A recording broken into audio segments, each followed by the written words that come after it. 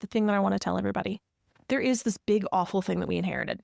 A huge chunk, majority of our land, is still held under these codes that were designed explicitly to make housing expensive and to segregate neighborhoods. They can use their resources to help change that. Zoning reform is critical. Single-family zoning and RSF4 zoning explicitly came out of trying to segregate neighborhoods. Zoning reform is critical.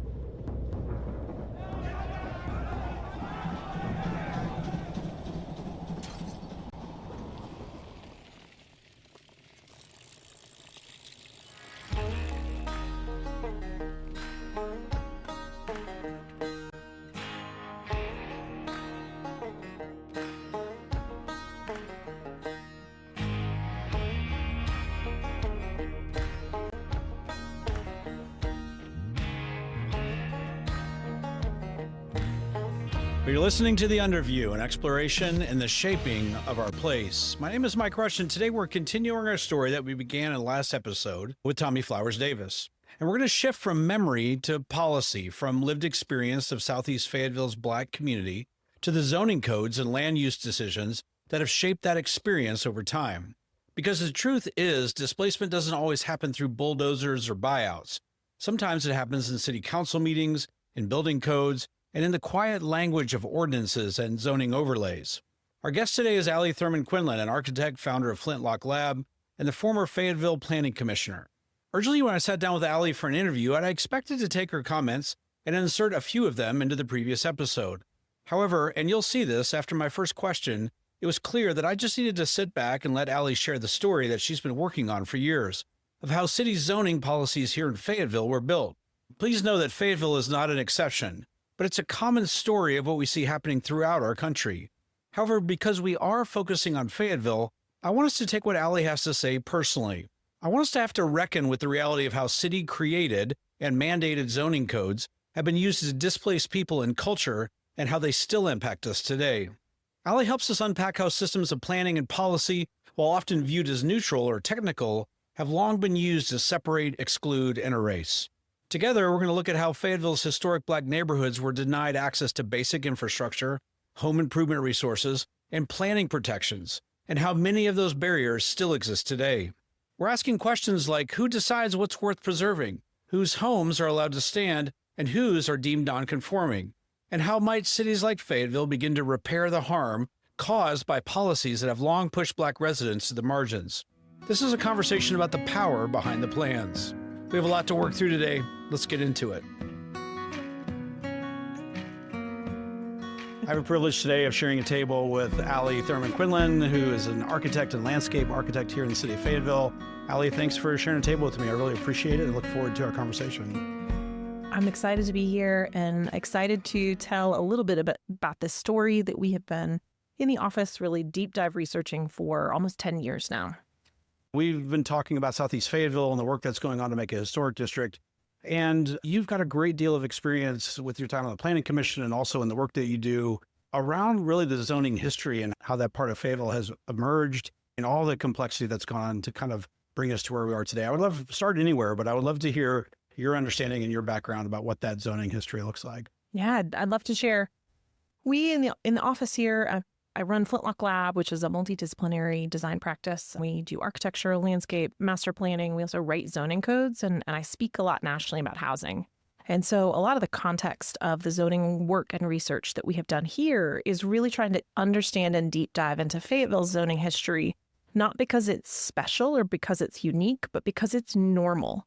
And that's the thing that I think is really important for people to keep in mind as we talk through the story, is that this is not a one neighborhood situation.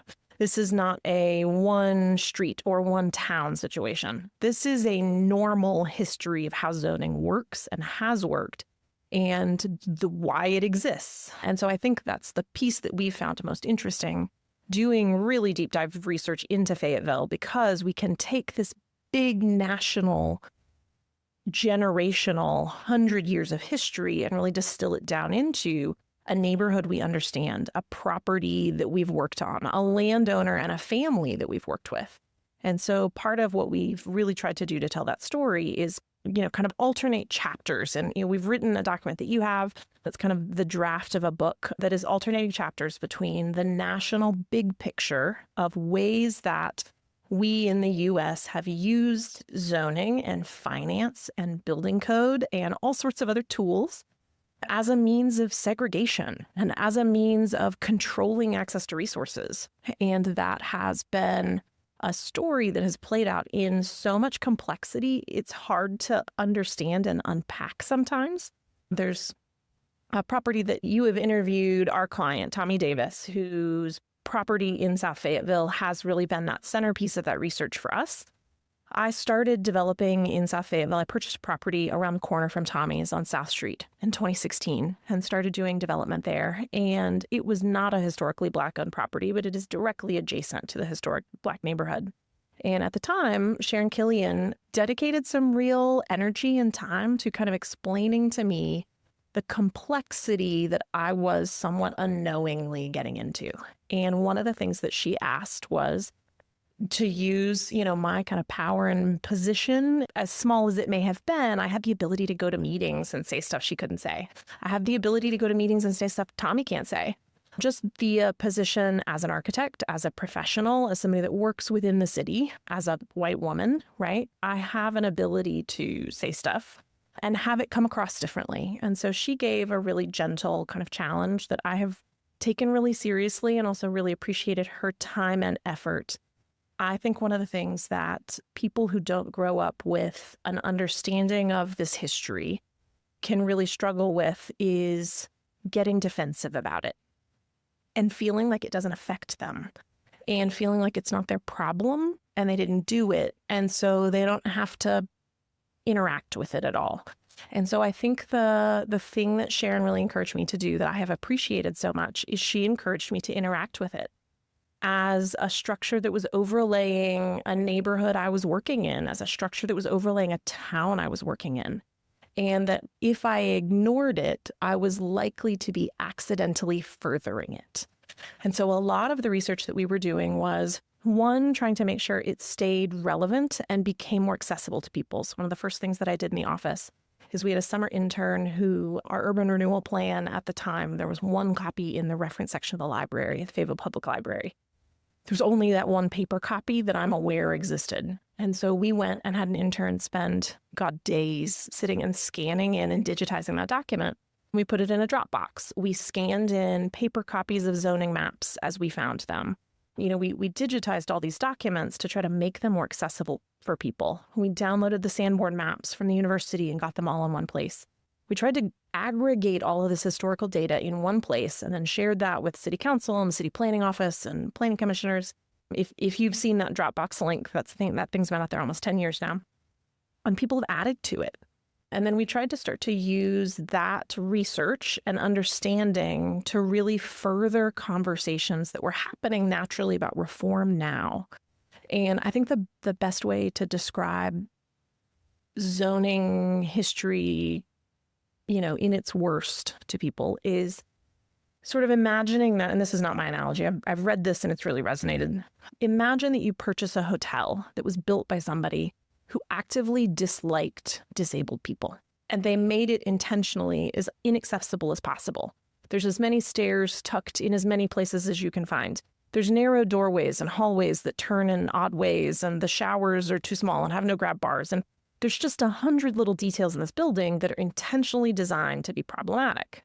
And they all work together, too. Some of them work independently and are enough on their own, but then they also all sort of compound together. Imagine you don't feel that way about disabled people, but you bought the hotel. And if you don't do something about widening doorways and removing stairs, you are making a choice to uphold an effect, even if it wasn't your intention. And I think the thing that feels professionally both so challenging and so empowering about zoning is a local ordinance. And so, 5 of your friends that live in town who are on the city council, and, I use friends sort of jokingly, but like 5 people that you could meet at the grocery store could change your town's zoning legally tomorrow Would they know? Everybody gets scared about it. Everybody feels like it's the sacred thing handed down from Moses. I think that's one of the things we've really tried to let our research do is show like this is a dumb, bad idea that was started in the 60s, coming from a dumb, bad place that has had not helpful effects for most communities. And in my work nationally, we have no community that we have ever worked in that said, we have a great housing market. My kid can find a place to live near me. When they want to start a family, it's really easy for them to find a starter home. My aging mom who wants to be able to stay in the neighborhood because she loves her bridge club and she can walk to it can find a house that's accessible. That's a price point she can afford. There is not one place I have ever worked that people feel like they can find the housing that they need in the location that they like at the price point that they need in a way that suits this current phase of life for them and the phases of life, before and after that. And so I think it's really important to start from too, we've got zoning as a big piece that sucks and it's negatively impacting everybody's life. And it came from a really crappy place, but it's also negatively impacting everybody today. And it has to be changed locally, which means we have a ton of control over it. We could do this tomorrow as a community. The downside is we have to do this in every single community in America because there are so many different zoning codes passed by so many different towns, and all of them have the same history. So as you can tell already with that really big, long intro, I get teased sometimes that I try to start telling this story. And the intro is always like, okay, in 1945, right? It's not something that you can tell quickly. But in Fayetteville, the story does start in 1945 on this property specifically, when the Parks Master Plan, which is in that Dropbox, which you're welcome to post a link to so your readers can dig through some of that documentation. The Parks Master Plan was published showing, I guess, to give one more step back of context. We had in Northwest Arkansas, in Fayetteville, one of the only intact Black communities in Northwest Arkansas because our other towns to the north were sundown towns. And so they did not have Black populations because they were lynching and running people out of town. So, as we start from some of our adjacent communities feeling like they can, really feel strongly that they were doing a good job while Fayetteville was doing this bad thing. Again, I want to reinforce this was best case scenario. This was the best place that things were happening. So keep that context in mind as we go. We had a really intact Black population that was living on the east side of Mount Sequoia. My understanding is that there is a portion of that population that were the freed slaves from the Walker Plantation. And that there also were a number of other families who had come through Fayetteville, had emigrated to Fayetteville, but we had a really successful, intact population that was a freestanding community. We had a beautiful Black church, St. James. We had, a thriving little commercial district.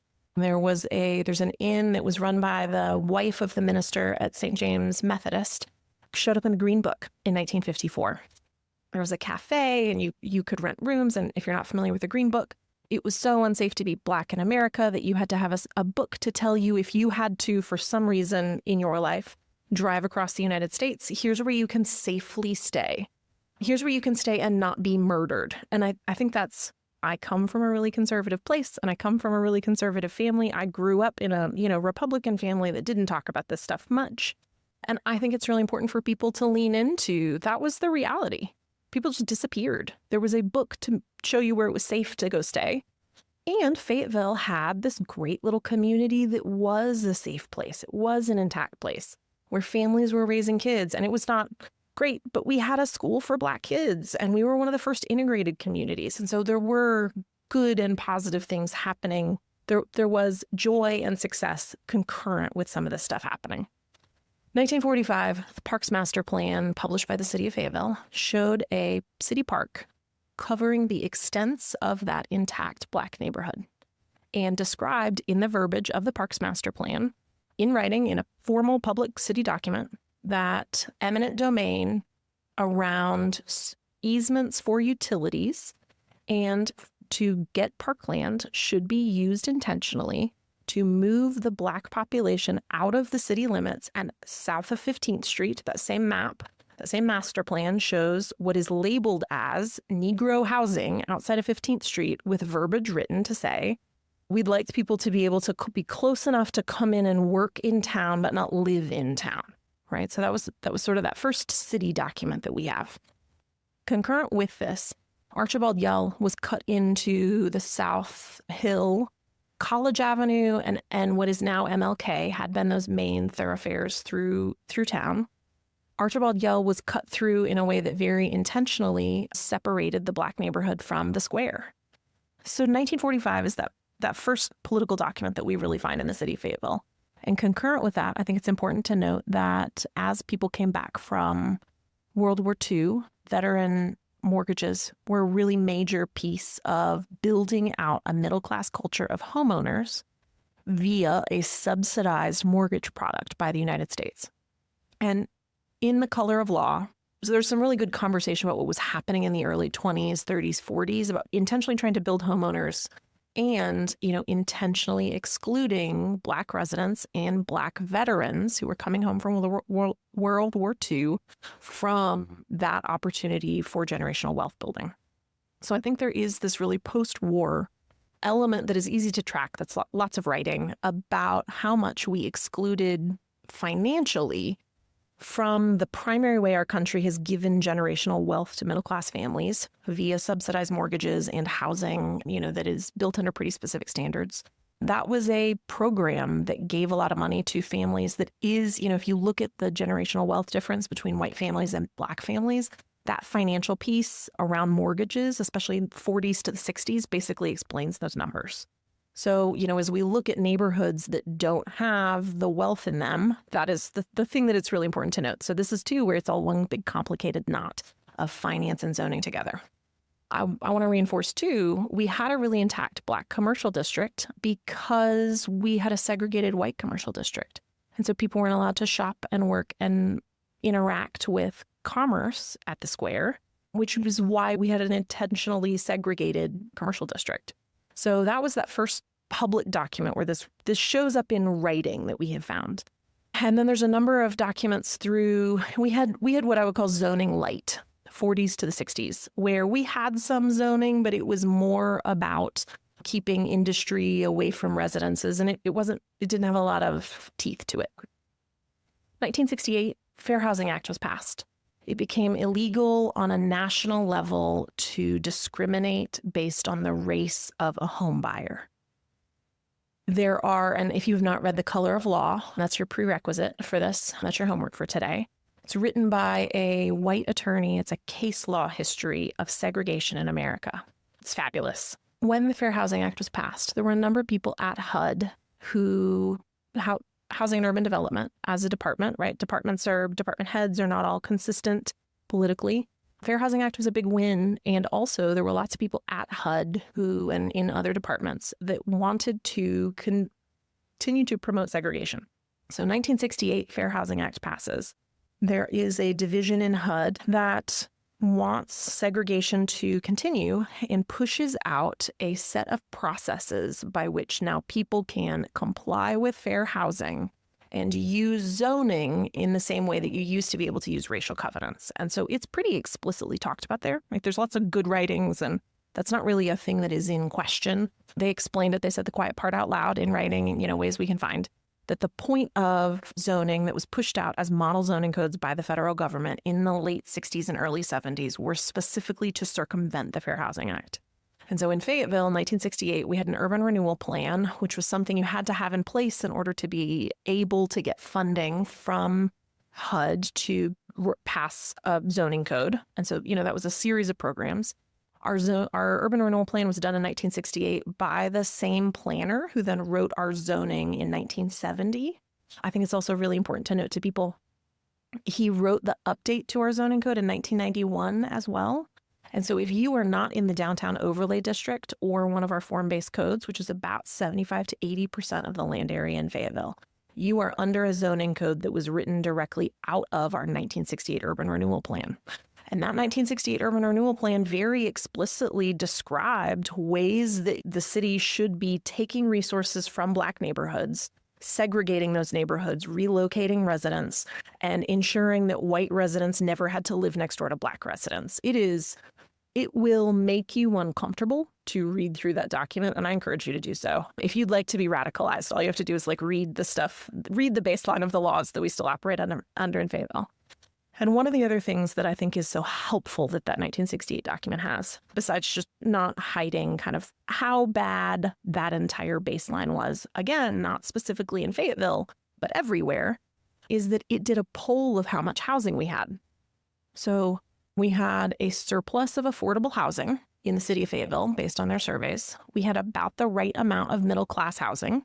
And we had a shortage of luxury housing. Even though luxury housing was in no way illegal or hard to build, it just wasn't that popular. And so the zoning code that then came out of that urban renewal plan explicitly was stated to have a goal. And I said this at Planning Commission meeting minutes. When they passed it, the Planning Commission said, we have to discourage low-cost housing. We have to make the standard a nice home on a large lot. And they said out loud the thing that we are all feeling in our current housing market. They have discouraged low-cost housing. We cannot subsidize our way out of a system of housing that is designed to make it inaccessible for people and designed to make it not work for people. And, this is another one of those opportunities to really reflect on the ways that we have tried to be terrible to populations within our group have made it worse for all of us, right? We are shooting ourselves in the foot, even if you can't get all the way to the fairness and equality and justice and all of these great foundational things that our country is built on, right? That we as, I'm in my late 30s and I was in a generation that we had to say the Pledge of Allegiance every morning. And I think a lot of our boomer parents kind of feel like our generation is a little bit radicalized and surprisingly liberal, but we were all raised in churches and in schools that told us that we lived in a country that was about taking care of people, that it was about community, and it was about sacrifice for the people around you. And, the greatest things about our country is that we were the land of the free, and we were supposed to use the rule of law for fairness. And so even if you can't get all the way there, I also want to appeal to your self-interest that this is also bad for you. When we enacted zoning in 1970, the entire Black commercial district was zoned multifamily. Every single one of those built businesses was zoned out of existence. And we eliminated tax revenue. We eliminated sales tax. We eliminated a source of income for families.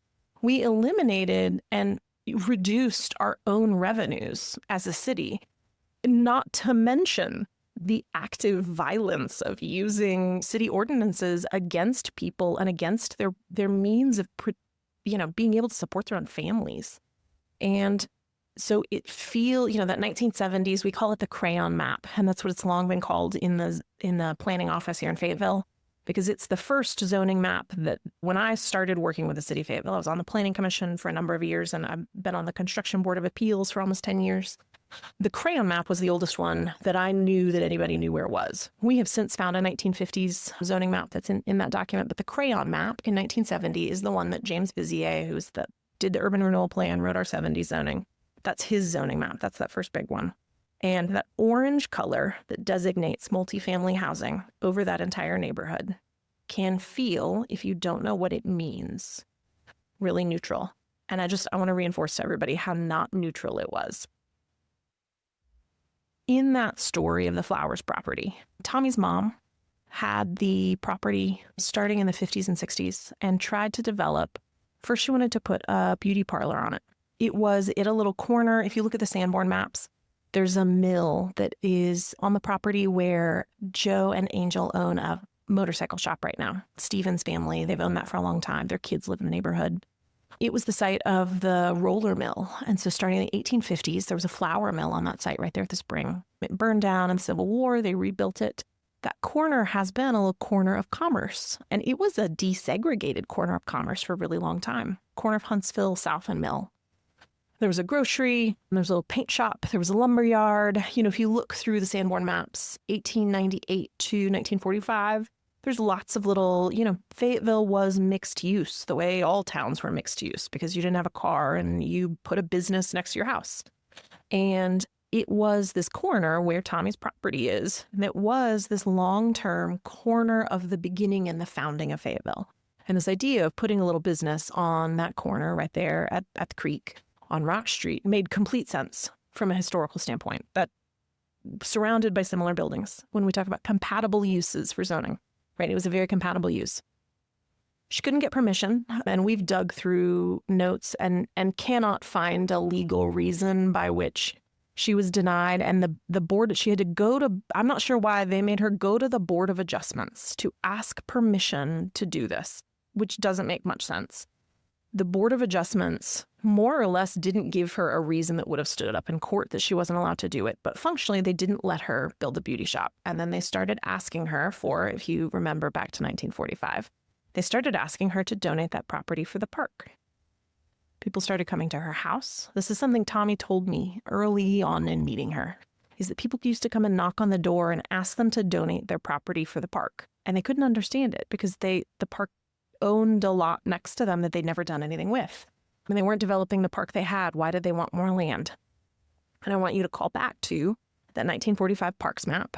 And if you get curious and dig and pull on that thread like we have, every park map since then has also shown that area as a park. And I think a lot of people in our parks department probably don't recognize the history of what that means, that it keeps getting repeated, and that if you say it long enough, it becomes this assumption that there's some good reason that, we keep asking for that. And there's not. There's the worst reason possible. So she couldn't develop the property in a way that I want you to also think about what that would have meant from a generational wealth standpoint, owning a functioning business for the last 70 years instead of an empty parcel that you're just paying tax on. So they kept it for a number of years. Her brother then tried to develop a set of apartments on it. They wanted to do some small cottages that were going to be affordable housing. I think that was in the 80s or 90s. Couldn't get permission to do that.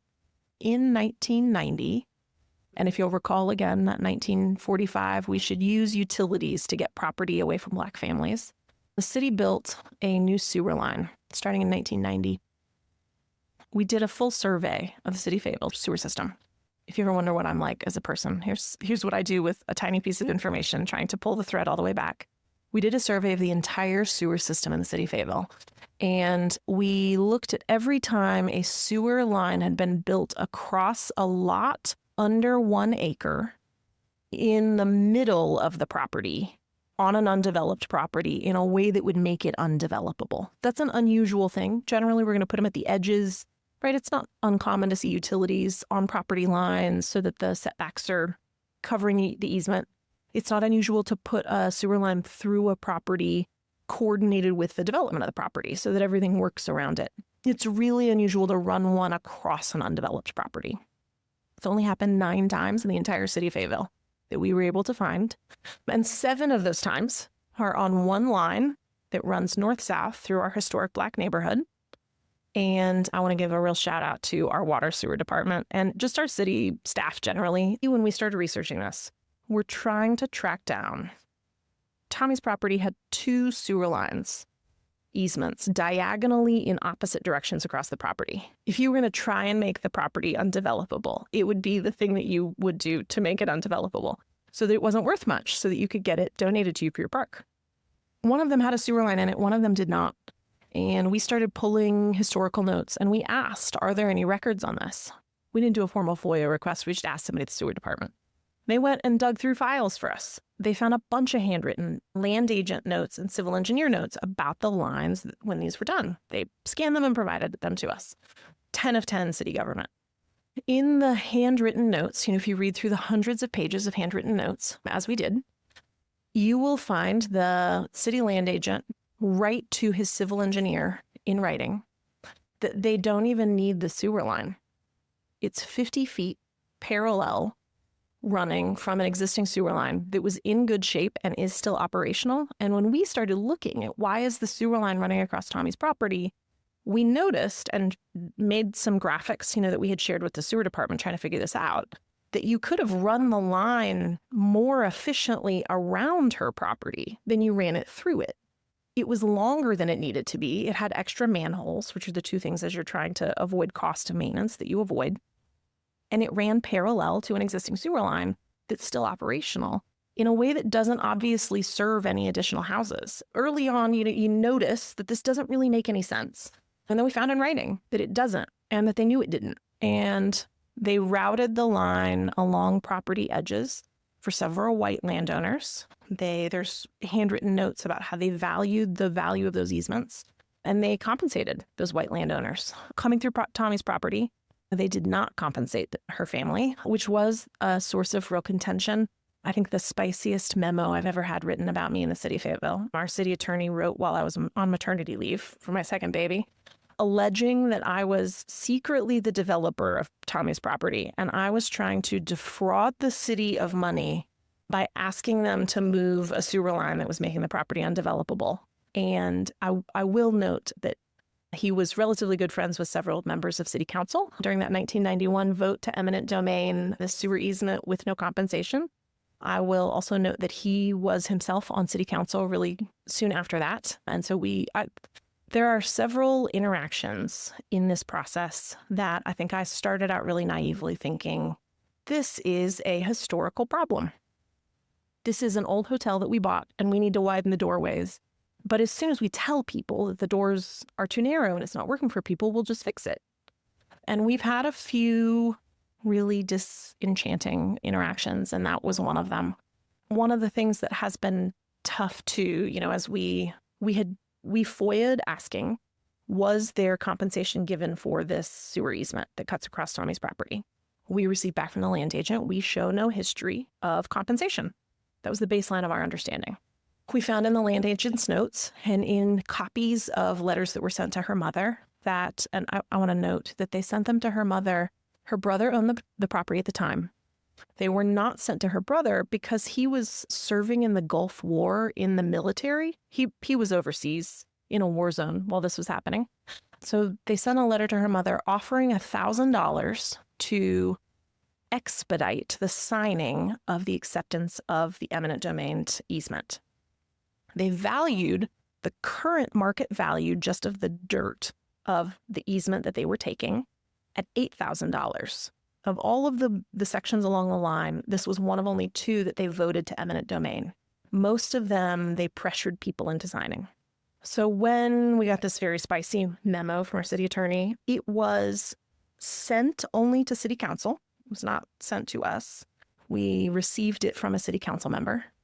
It also included documentation that $1,000 had been paid for the easement in compensation. And so our claims that it had been taken without compensation were untrue.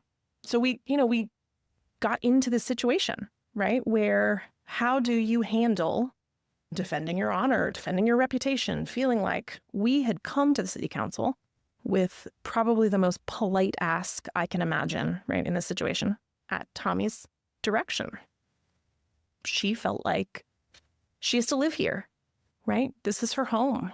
She wasn't trying to pick a fight. She just wanted to be able to develop her property the same way her mom had tried, the same way her brother had tried. She was trying to get along. And so she gave us the direction up front before this memo came out that we were to handle this in the most kind, low conflict way that we could. Because it wasn't really safe for us to handle it the way I would have if it was my property. And so we had gone kind of quietly, one by one, to city council members, to planning director, to water sewer director, given them the cliff notes of this. Hey, we have this water line. It was sewer line. It was eminent domain with no compensation from a vet who was deployed. We didn't even need it. It's serving a couple of houses that could have been served by the existing one. This is so junky. Let's just move the line. We got a price quote to move it. It was going to be like $40,000. The city impact fees from us developing that property are going to help pay for that, right? Let's just move the line. We'd even offer to cost share. Let's move the line and vacate the easement.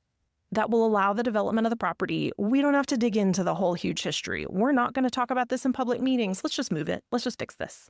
And then that was our response from the city attorney. And so Tommy asked us to pause after that happened for a little while and for us to figure out what the best strategy was to try to get her goal done, which was developing the property in her lifetime, which her family had been trying to do for almost 70 years. And, we took some time to kind of dig back through. That's when we did the sewer line analysis. And, we used some of that spice and vim and vigor to do a lot of this research that came out of this and a lot of the writings that came out of this. We're in that time period of us kind of taking a pause, talking to attorneys too on both a national and a local level, right? Like what is even available as options in this situation to make this property developable? One of the other things that has happened in the interim of them not being able to develop the property over a number of years is that our streamside protection zones have increased significantly since the 70s when they first started trying to develop. So there's lots of properties, including city-developed community centers across the street, that are developed right up to that creek because that was allowed until relatively recently. And, not speaking to the should it or should it not be allowed, but almost 40% of that property became undevelopable as a result of increasingly stringent environmental concerns. And so as we really talked through what we could do on that property, the sewer line wasn't the only challenge. There were all of these other kind of nested ordinances that were changing as we went that increasingly made it challenging to develop. And so it became this Tetris puzzle. After taking a pause and thinking about it, kind of working through the options, Tommy's direction to us was to try to figure out what we could do by right without moving the sewer. She gave up on it. It felt like fighting that fight was the thing that she would be able to do instead of building something positive. And she wasn't willing to do it from a really, practical and reasonable, this isn't what I want to spend my energy on. So we went forward and redesigned the site to be a series of little cottages that worked around the insane geometry of what the city had left for her to build on. Took it through. And also, I'll compliment again. We had been working really closely through this process with several city employees in different departments who have purview over this stuff, right? We needed to work within our streamside zone, right? We had to work with that team. We had to work with our planning team on the zoning is challenging. And we had to work with our water sewer department on water connection. And I want to give again, like there are many employees within our city who could not have been more supportive at helping us find the legal, simple way through what was a convoluted mess of the hardest property I have ever developed because it had had generations of trying to make it undevelopable that we were unpacking one step by one step. So we got to a site plan that we thought worked, and we needed a streamside variance, which is not uncommon. The city gives a number of those a year. There's two zones along the stream. One is 25 feet from the bank. It's called our waterside zone. You're not supposed to do anything in that. The second one is called the streamside zone, which is 25 feet from that. So a total, that 25 to 50 zone that you can sometimes get a variance for. You can do a little bit of stuff in. And we had a request to put part of one house in the streamside zone and a tiny little corner in the waterside zone.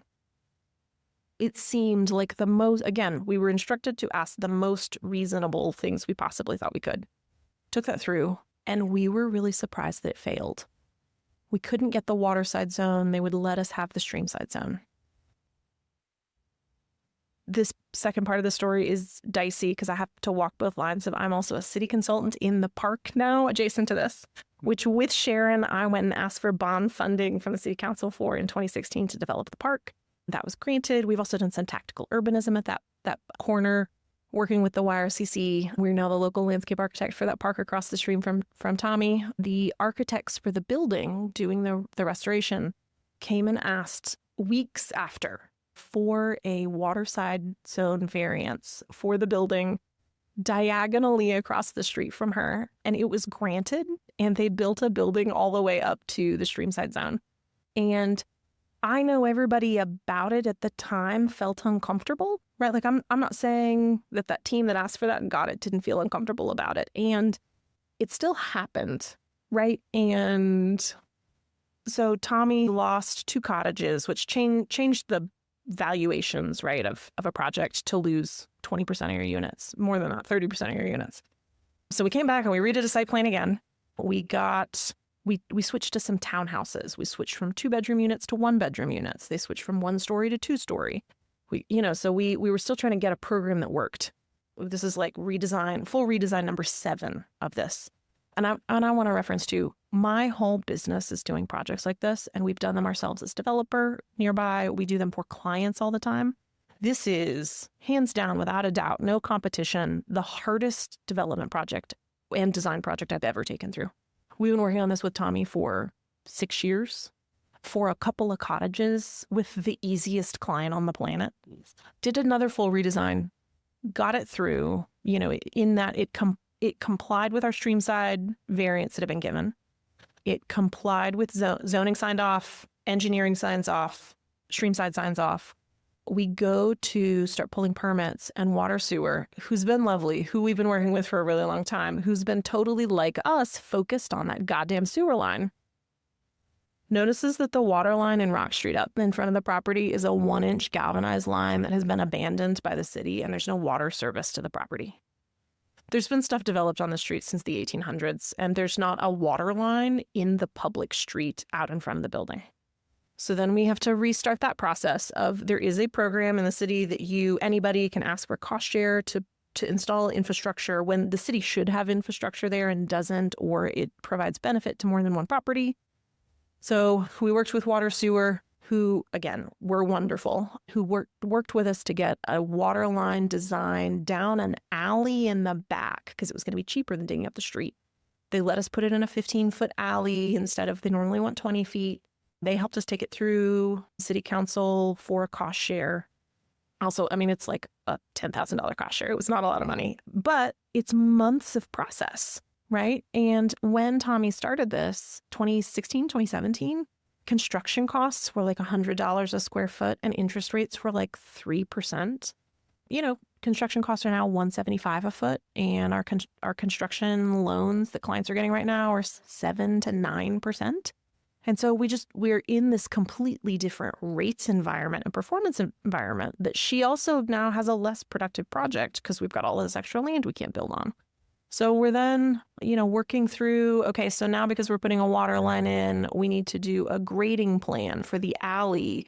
We're using the alley as fire access. And so we need to do a grading plan for it. So we need an engineer for that. So the engineer is working on it. We've got that we're 98% of the way through approvals. And a developer buys the property across the alley from us and starts asking if Tommy will cost share their utilities and if she will move her buildings so that they can, I shit you not, build a sewer line for their property. Can she build on less of her property so that they can have a sewer line for theirs in the alley? And I bet the rudest that I have been to anybody in my recent memory is standing in that alley with them, explaining why, no, we will not pause our project to move to build a retaining wall and a sewer line for your project. That will not be happening. And again, I'm always serving this role of like saying it the way I would say it if it was my property, while Tommy sits and is like the nicest possible person because she's just trying to get something built, right? And so I also want to give her sort of the validation and reassurance, and also, if they're listening, give them the validation. I'm sorry I was really rude. And also, you came way late to this party without understanding the context of the thing that it is you were asking. And so this, I think, too, recalls that first statement from Sharon. You have to understand the context that you are working in. Because I think it's so common for people to come in without all of this understanding of things that other families have been dealing with for generations and ask what feels like a reasonable thing to them, which is not a reasonable thing in the context of everything else that has happened. And so I think this is too where there is so much power in that research and that context and that understanding and that empathy, that it has not always and is not always as easy for one landowner as it is another. Even when our laws feel very rational and reasonable and, practical. So we're currently, we then took the project to the bank, and although Tommy has enough equity to do the project and the pro forma works fine. Again, we do pro formas for these projects all the time. The bank was not comfortable lending on the entire project at once, which is the way that it would have made the most sense to do this. And so she's currently building one first phase cottage. After 7 years of work, she will build her first comp setting cottage. We've got a little set of 6 that are little townhouses, little one-bedroom townhouses. They're cute as a button. And then one little freestanding, same floor plan, but built as a freestanding cottage because it's splitting two of the easements, right? It's all fitting into this weird little puzzle piece. So she has gotten permits within the last week for those. And we are moving forward with that first construction. And I think it is and will remain that perfect test case of how frustrating and hard this can be, and how somebody who was less determined would have given up years ago, right? Somebody who did not feel the moral imperative that this is a thing that her mother dreamed of. This is a thing that her brother tried to do. She has the opportunity and the will and the patience to be the person who is willing to just keep showing up every day and saying, what do we need to do to get this done? And remains really positive and cheerful about it in a way that I find really inspiring, because every time we talk about this story and every time we talk about it in the office, it is the thing that I think has really shaped the way a lot of us think about the realities of this work. And so I think there are a number of ways that I really want to encourage your listeners to think about how they can use their knowledge and their positions and their access to resources and their access to relationships. They can make a real difference, is the thing that I want to tell everybody. There is this big, awful thing that we inherited. A huge chunk, majority of our land, is still held under these codes that were designed explicitly to make housing expensive and to segregate neighborhoods. They can use their resources to help change that. Zoning reform is critical. Single-family zoning and RSF4 zoning explicitly came out of trying to segregate neighborhoods. Zoning reform is critical. Access to capital and equity is critical. One of the other hats that I wear is I serve as the executive director for the Incremental Development Alliance, which is a national nonprofit that trains small developers to do projects like this. We train probably 9,000 people in 32 states, and about half of them are women or developers of color, often working in formerly red-line neighborhoods. And so we see these challenges nationally too. When I talk about my national work, we see this stuff everywhere. Fayetteville's just the place that we did all the research on. And so now we know where to look in other towns too. Generally, one of the biggest impacts that we see between our, 32-year-olds, white from an affluent family, small developers, and the rest of our trainees is access to generational wealth and an uncle or a parent that can just write you a check for your equity piece, that can solve that problem with the bank by signing a personal guarantee, even if you don't need any extra money in the deal. And I think that's one thing that we have done, that we will continue to do, that I really want to encourage your listeners to think about. Is one of the most impactful pieces for us has been finding those local investors who are willing to be an equity investor, to put in that 20% equity into a bankable project that is going to impact something positively in their community, that is going to get housing or a small business built, and that they can invest as an equity partner, supporting an operating partner that's going to go do all the work. There often is a return on that, right? That can be complementary to their other investments. That can be something that is a really meaningful impact investment for them, that often they can pull money back out of as soon as that project is built and stabilized. It has appreciated enough to be able to pay that equity back. And so often that's not even a big chunk of money, and it's often not even a long-term investment. And so I want to encourage people to think about all of the different ways that they have expertise and relationships and assets and things that can be brought to bear at making things better, because things are worse out there than you think they are. Well, Alli, thank you for all the work you're doing. Thank you for a perspective that we don't often hear, for doing the work to really understand how where we are today is not some arbitrary thing we just arrived at, that this has roots, it has history and it has story. And that sometimes that story and these obstacles are not easy to overcome, if they can be overcome at all. And so, Alli, thank you for the work. Thank you for standing in the gap. And thank you for being a truth teller. I'm really thankful for that. Thank you for the time and the opportunity. And I look forward to hearing from everybody the ways that they have found to make their own small difference. Well, I want to say a deep thank you to Alli for helping us see what so often goes unseen. The quiet architecture of exclusion built into the very policies and processes that shape our neighborhoods, that shape our cities, and that shape our culture. Zoning may seem technical, but as Alli has helped us understand, it's also deeply political. It reflects our values, and it determines who gets to stay, who gets pushed out, and whose communities are protected or erased.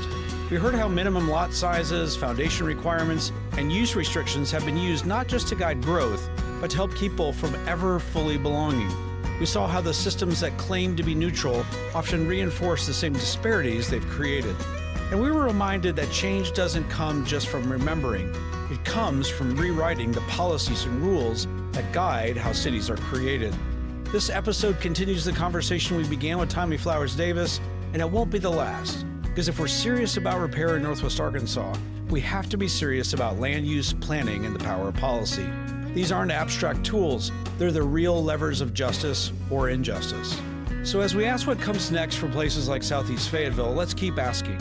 What are we willing to preserve? Who are we willing to protect? And what kind of place are we really shaping together? I want to say thank you for listening, and thank you for being the most important part of what our community is becoming. This is The Underview, an exploration in the shaping of our place.